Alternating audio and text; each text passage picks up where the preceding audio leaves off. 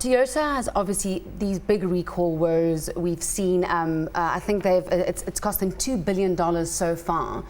Yet they came out with fairly okay results, earnings results that I think the share price rose yesterday based on those results.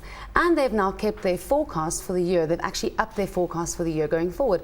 What is your take on Toyota and the recalls and now the new complaints about brakes not working either? I mean, this is the biggest car maker in the world. Yes, the thing with Toyota is that it was never about style. For instance, you look at a Ferrari, it's about style. So if your Alfa Romeo or Ferrari breaks down, you accept it as part of the Italian, style. When it comes to Japanese cars, it's all about reliability. You expect Japanese cars to be perfect, to be reliable. Supposedly about reliability. I mean, I had an old Toyota myself, and it lasted 20-something years, never had a problem until the day I destroyed it myself. But that's the thing with Toyota.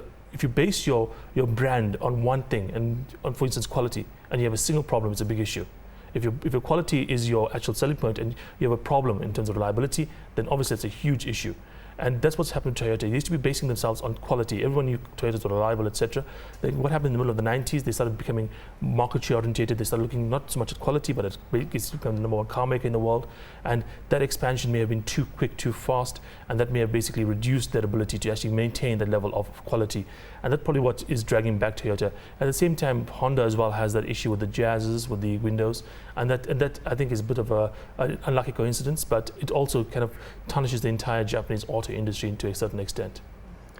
I also heard that one of the biggest fears at the moment for Toyota, there's speculation that it might be an electrical fault or software problems that is causing all these things. And of course, if that happens, there are a lot of other cars or car manufacturers who use similar software and similar technology. Do you think that this could be a bigger problem than we're actually anticipating at the moment? Yes, I think it could be. I mean, firstly, you started off with a single thing with the Corollas, etc.